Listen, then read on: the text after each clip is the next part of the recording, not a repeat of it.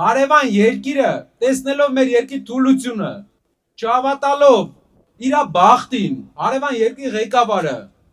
ամեն իր ցանկությունը տեսնելով, որ ի կատար է ածվել, Ադրբեջանի ղեկավարը նոր ցանկություն ունի։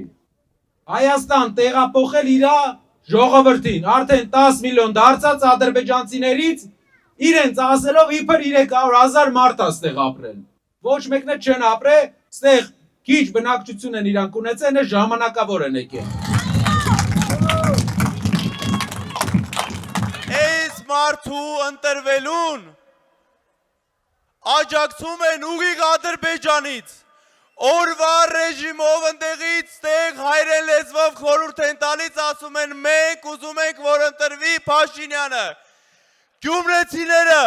ու ամբողջ թասիբով հայ ազգը դա թույլ չի տալու։ Գնացեք ընտրության, այս ընտրությունից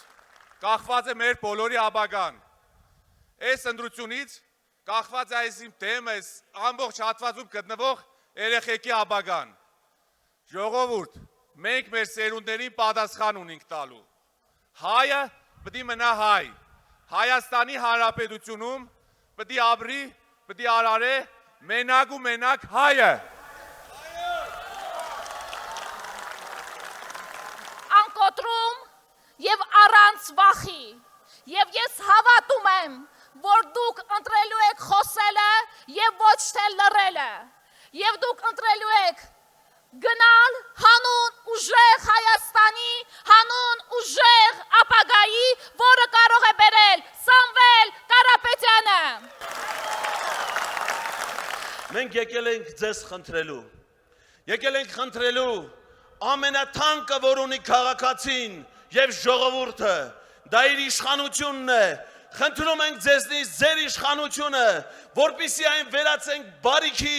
եւ վերադարձնենք ձեզ, սիրելի ժողովուրդ։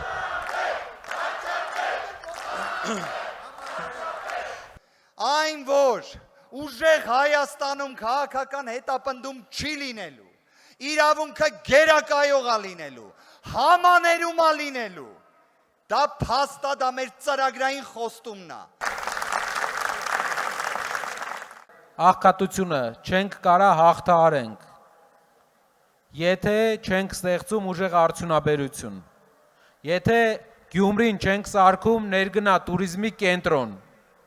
լուրջ աշխատանք է պետք, դժվար օրեր են սպասվում, բայց ես ձեզ վստահեցնում եմ, մենք ամեն ինչ անելու ենք, որ Հայաստանի ամենաաղքատ մարզից Շիրակի մարզը դառնա ամենաբարեկեցիկ մարզը։